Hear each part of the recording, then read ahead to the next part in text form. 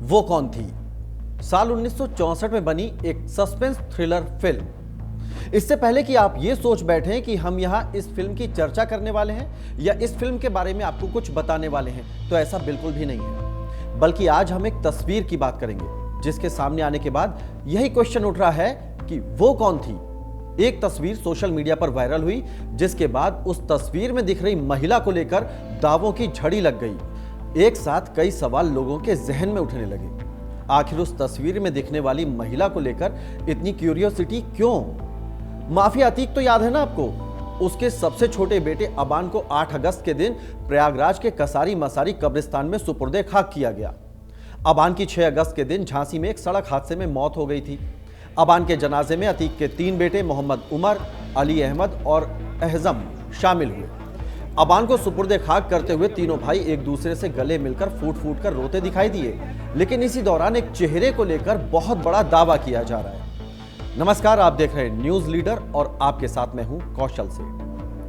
अतीक अहमद के बेटे अबान को जब सुपुर्दे खाक किया जा रहा था, उस वक्त वहां हजारों लोग मौजूद थे। उन्हीं हजारों लोगों में से कुछ बुर्का नशी महिलाएं भी वहां मौजूद थीं। इन्हीं महिलाओं में से एक महिला अतीक की पत्नी शाइस्ता थी, ऐसा दावा किया जा रहा है। लोग इस तरह की बात कह रहे हैं। इस दावे की सच्चाई क्या है, लोगों ने क्या क्या कहा, वो भी आपको विस्तार से बताएंगे। लेकिन पहले समझिए कि अतीक के बेटे अबान को सुपुर्दे खाक करते वक्त क्या क्या हुआ। शुरू से शुरुआत करते हैं। प्रयागराज के कसारी मसारी कब्रिस्तान में अतीक अहमद के सबसे छोटे बेटे अबान को सुपुर्दे खाक किया जा रहा था। उसके 3 भाइयों समेत हजारों लोग कब्र के पास जमा थे। उमर, अली और एहजम 4 साल बाद मिले तो एक दूसरे से लिपट कर रोने लगे। छोटे भाई की मौत का गम उन्हें खाया जा रहा था। अबान को अतीक अहमद की कब्र के बगल में ही दफन किया गया। यही पुलिस एनकाउंटर में मारा गया अतीक का एक और बेटा असद भी दफन है।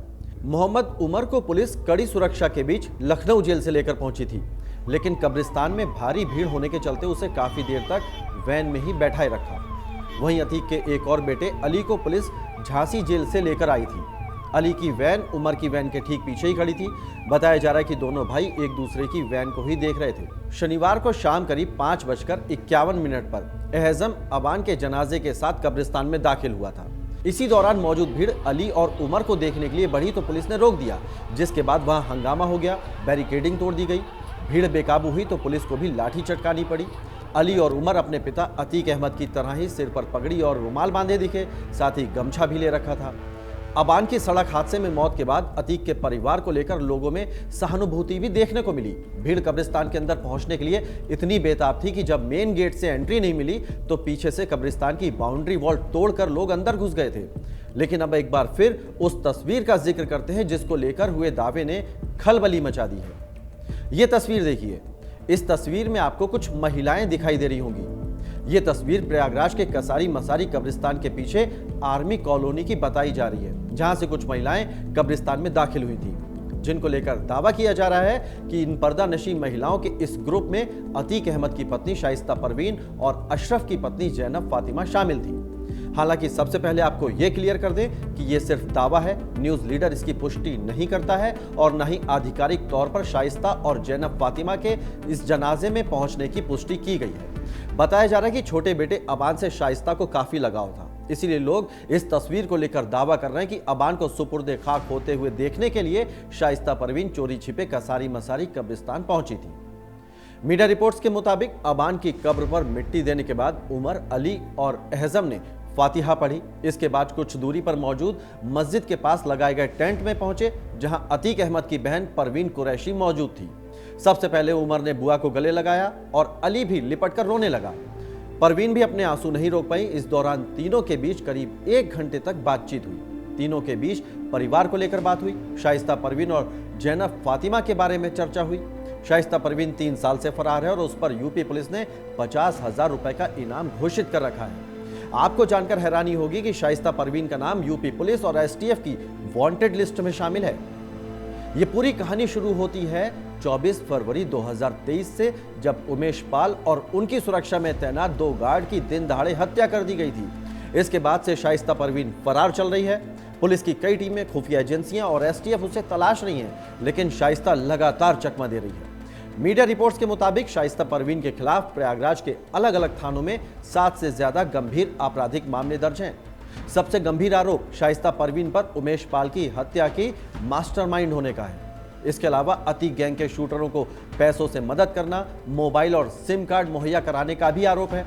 मीडिया रिपोर्ट्स में दावा किया जा रहा है कि अतीक के जेल जाने के बाद प्रयागराज के बिल्डरों, प्रॉपर्टी डीलरों और कारोबारियों से करोड़ों की रंगदारी वसूलने के लिए धमकी देने का भी शाइस्ता परवीन पर केस दर्ज है। इसके अलावा शूटरों को अवैध हथियार और कारतूस मुहैया कराने के मामले में आर्म्स एक्ट के तहत भी केस दर्ज है।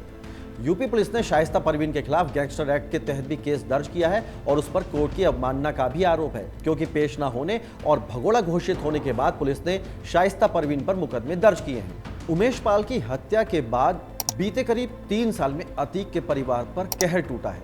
13 अप्रैल 2023 को अतीक अहमद के तीसरे बेटे और उमेश पाल हत्याकांड में आरोपी असद अहमद को झांसी में यूपी एसटीएफ ने एनकाउंटर में ढेर कर दिया था। करीब 50 दिन फरार रहने के बाद जब असद की लोकेशन पुलिस को मिली थी तो उसकी घेराबंदी की गई, लेकिन उसने पुलिस पर फायरिंग कर दी। जवाबी कार्रवाई में असद और उसका साथी गुलाम मारा गया। इसके 2 दिन बाद 15 अप्रैल 2023 की रात जब प्रयागराज में पुलिस अतीक और उसके भाई अशरफ को मेडिकल के लिए कॉलविन अस्पताल ले जा रही थी तो पत्रकार बने हमलावरों ने दोनों की गोली मारकर हत्या कर दी थी। इसमें पुलिस ने लवलेश तिवारी, अरुण मौर्य और सनी सिंह नाम के 3 आरोपियों को तुरंत ही गिरफ्तार कर लिया था। सिर्फ यही नहीं, अब 6 अगस्त को अतीक के छोटे बेटे अबान की सड़क हादसे में मौत हो गई। अतीक के परिवार में अब शाइस्ता परवीन बची है जो लंबे वक्त से फरार है। उस पर 50,000 रुपए का इनाम भी घोषित है। अतीक का बड़ा बेटा उमर अहमद लखनऊ जेल में बंद है, जबकि अली अहमद झांसी जेल में है। वहीं एहजम के बारे में मीडिया रिपोर्ट्स में बताया जा रहा है कि वो अक्टूबर 2023 में बाल संरक्षण गृह से रिहा होने के बाद अपनी बुआ के पास रह रहा है। वहीं अतीक के भाई अशरफ की पत्नी जैनब फातिमा भी फरार चल रही है।